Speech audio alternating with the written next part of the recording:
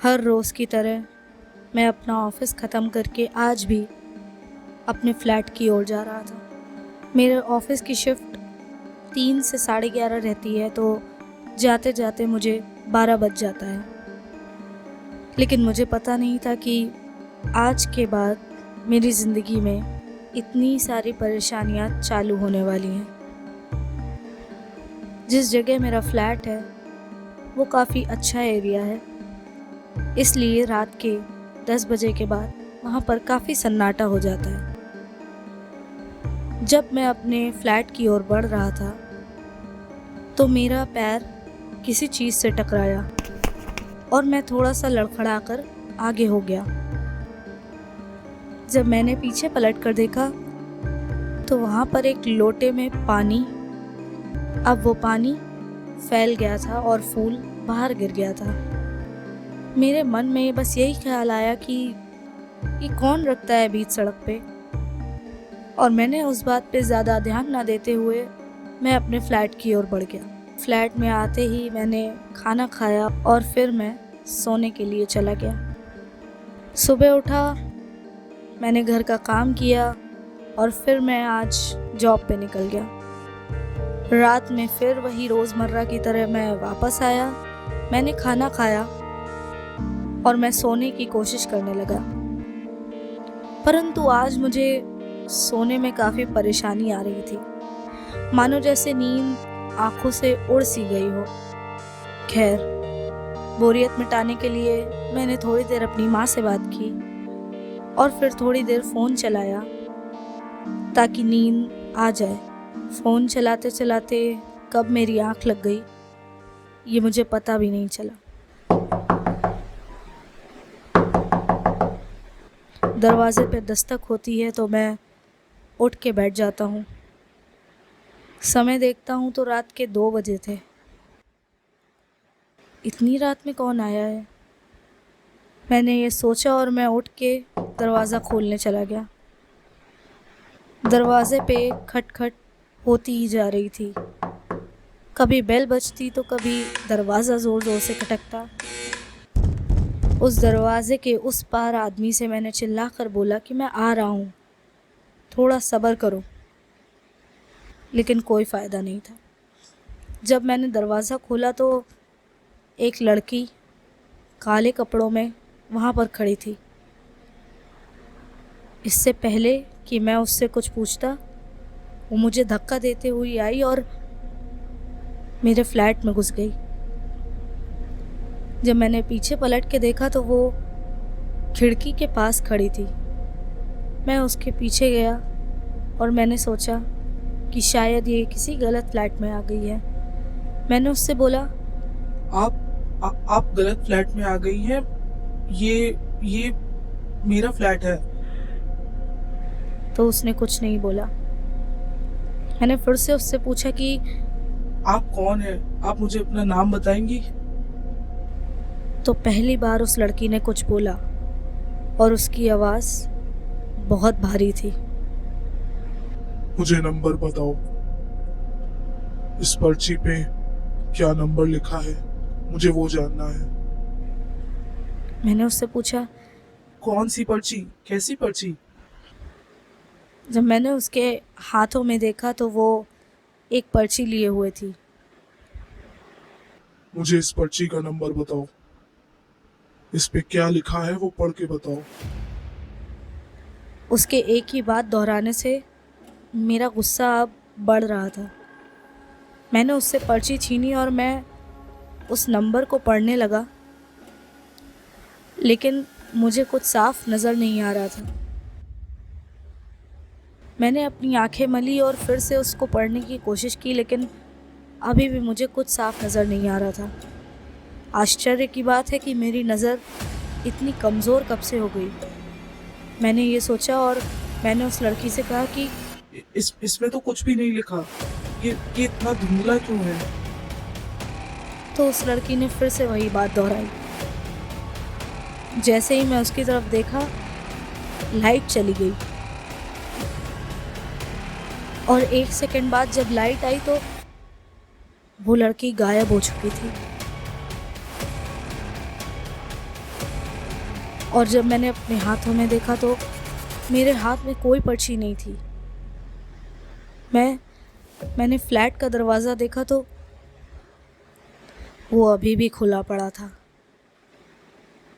मैं दरवाज़ा बंद करने की ओर बढ़ा कि तभी मेरा अलार्म बजा और मेरी नींद खुल गई। ओह, तो वो एक सपना था। मैं हंसा और मैंने अपने सर में एक हाथ मारा। मैं भी क्या क्या सपने देखता हूँ। मैंने टाइम देखा तो सुबह के 6 बज रहे थे। उठने के लिए काफ़ी जल्दी था, इसलिए मैं दोबारा लेटने लगा। वैसे ही मेरे फ़ोन पर एक कॉल आया। फ़ोन पर किसी अनजान आदमी का कॉल था। जब मैंने वो उठाया तो उधर से एक आवाज़ आई। नंबर पता चला या नहीं? उस पर्ची पे नंबर क्या था? और ये सुनते ही मेरे हाथ से फ़ोन छूट गया। मैं काफ़ी घबरा गया था। कि जो सपना मैंने देखा उससे ये फोन कैसे आ सकता है? मैंने अपना फ़ोन चेक किया तो उस पर किसी भी अनजान नंबर से कॉल नहीं था। अब मैं और ज़्यादा खौफज़दा हो गया था। खैर, मैं दोबारा लेटा और मैं इसी बात को सोचने लगा कि सोचते सोचते कब सुबह के 8 बज गए मुझे पता ही नहीं चला। अब मैं उठा और मैंने सारा काम किया। मैंने अपनी मेड से मेरे लिए नाश्ता बनवाया और मैं लैपटॉप पे कुछ काम करने के लिए बैठ गया। मेरी मेड मुझसे कुछ पूछती है तो मेरा दिमाग फिर से ख़राब हो जाता है। साहब, उस पर्ची में क्या नंबर था? जब ये बोलती है तो मेरा गुस्सा फट पड़ता है। कौन सी पर्ची? क्यों मुझे परेशान कर रहे हो? जब मैं उसकी तरफ देखता हूँ तो वो काफ़ी सकपकाई सी थी और वो मुझसे सवाल पूछती है। कौन सी पर्ची साहब? मैं तो पूछ रही हूँ कि सब्जी कौन सी बनानी है। ऐसा लग रहा था जैसे मेरा दिमाग ख़राब हो चुका है। बार बार एक ही बात का मेरे कानों में गूंजना या सच में ये सब होना मुझे कुछ समझ नहीं आ रहा था। कैसे जैसे 3 बजते हैं और मैं अपने ऑफिस के लिए तैयार होना शुरू कर देता हूँ। मैं अपने ऑफिस जाता हूँ और आज मेरा मूड काफ़ी ख़राब था तो मैं वहाँ पर किसी से भी बात नहीं करता हूँ। मेरे कलीग्स काफ़ी परेशान थे कि मैं ऐसा अजीब सा बर्ताव क्यों कर रहा हूँ, लेकिन सच पूछो तो मैं काफ़ी डिस्टर्ब था। सिर्फ एक घटना से मेरा इतना परेशान हो जाना, ये मुझे कुछ हज़म नहीं हो रहा था। खैर, आज का ऑफिस भी किसी तरह ख़त्म करके मैं अपने घर की ओर रवाना होता हूँ। मैं अपनी माँ से बात करते करते अपने फ्लैट पे पहुँचता हूँ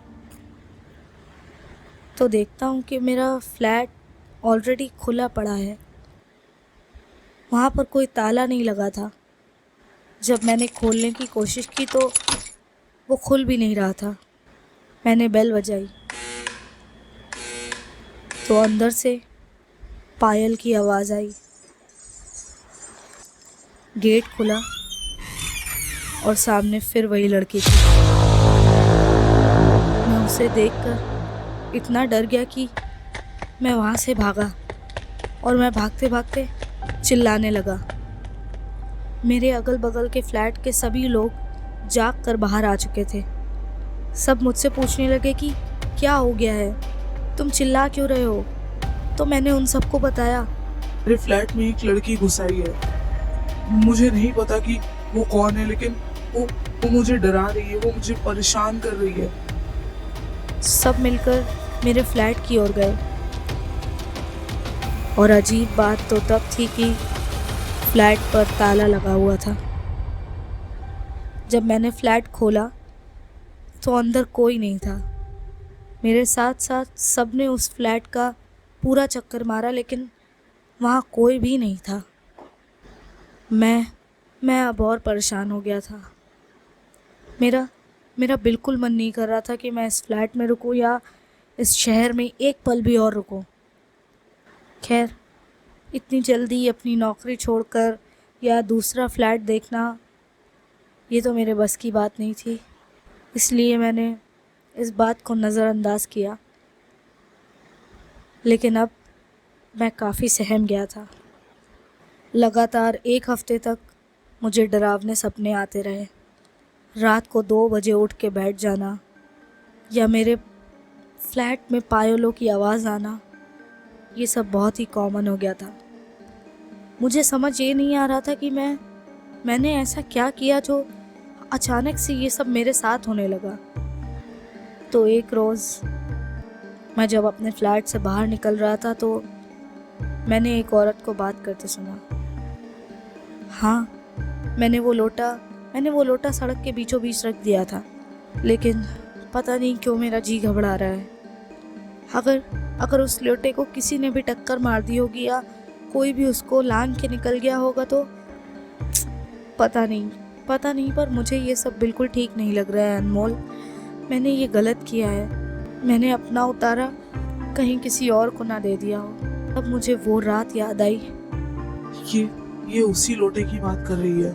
मैं उस लड़की के पास गया। मैं काफ़ी गुस्से में था। मैंने उस पर जाते ही चिल्लाना शुरू कर दिया। सिर्फ तुम्हारी वजह से हुआ है ये। तुम्हारी वजह से मुझे परेशानी हो रही है। तुम्हारी वजह से मेरे फ्लैट में अलग अलग हरकतें होती है। रोज रात मैं सो नहीं पाता हूँ। वो लड़की काफ़ी डर चुकी थी और वो मेरे से धीमे धीमे पीछे जाने लगती है। बाकी आसपास के जाते हुए लोग भी मेरे करीब आ जाते हैं और मुझे चिल्लाता हुआ देखकर मुझे ही पागल समझ बैठते हैं। मैं उसको मारने के लिए आगे बढ़ा तो लोगों ने मुझे पकड़ के पीछे किया। मैं सच में पागलों जैसा बर्ताव कर रहा था। मैं उसको पागलों की तरह सुनाए जा रहा था। मैं उसको मारने की कोशिश कर रहा था, लेकिन मेरी क्या गलती थी? सब लोगों ने मुझे पागल समझ लिया और मुझे हॉस्पिटल ले गए। मानो एक दिन में मेरी दुनिया ही बदल गई हो। मैं सबको समझाने की कोशिश करने लगा कि उस औरत की वजह से मेरे घर में मेरे साथ कोई रहने लगा है, कोई मुझे परेशान करने लगा है, लेकिन किसी ने मेरी बात नहीं मानी। मैंने उनसे आग्रह किया कि मैं अपनी माँ को फ़ोन मिलाया तो मेरी माँ ने मुझे ये सांत्वना दी कि वो जल्दी मेरे पास आएगी और मुझे वहाँ से ले जाएगी। मेरी माँ आई भी और मुझे वहाँ से ले भी गई, लेकिन मेरे घर आने के बाद भी मेरी हालत में कोई सुधार नहीं हुआ। मानो जैसे मैं हर वक्त एक डर के अंदर जीने लगा, एक सहमा हुआ सा लड़का। मानो मुझे हर वक्त यही सताता हो कि कब वो लड़की दोबारा मेरे पास आ जाएगी। और मेरे सपने वो भी बंद नहीं हुए। मेरी माँ ने मुझे हर तांत्रिक, हर बाबा को दिखाया, लेकिन कहीं से कोई भी उपाय नहीं मिला। आज से 3 साल बाद मैं आज भी एक ही कमरे में पड़ा रहता हूँ, पागलों सा, ना नहाना ना ही खाना खाना, बाल बिखरे हुए, और मेरी माँ मेरी सेवा कर रही थी। जिस उम्र में मुझे उन्हें साथ देना चाहिए, उनकी मदद करनी चाहिए, उस वक्त मैं उनसे सेवा करा रहा हूँ। इतनी बुद्धि मेरे ज़रूर है, लेकिन पता नहीं लोग क्यों मुझे पागल समझते हैं। खैर, इतनी सी थी आज की कहानी। आशा करते हैं कि ये कहानी आपको पसंद आई हो, और अगर पसंद आई है तो इस वीडियो को जितना हो सके लाइक कीजिएगा। मेरे चैनल को सब्सक्राइब करना ना भूलें। अगर आप और ऐसी कहानियाँ सुनना चाहते हैं, मेरा एक व्हाट्सएप चैनल है जहाँ पर आप अपनी कहानियाँ मुझसे शेयर कर सकते हैं, और मैं आपकी कहानियों को अपने चैनल पर पोस्ट करूँगी, जिसका लिंक मैंने ऑलरेडी डिस्क्रिप्शन में दे रखा है। अपने कमेंट्स करके सजेशंस दें, मुझे बताएं कि आपको स्टोरीज़ और कैसी पसंद है, ज़ॉम्बीज़, चुड़ैल या किसी भी तरह की। अगली कहानी के साथ फिर मिलेंगे, तब तक के लिए अलविदा।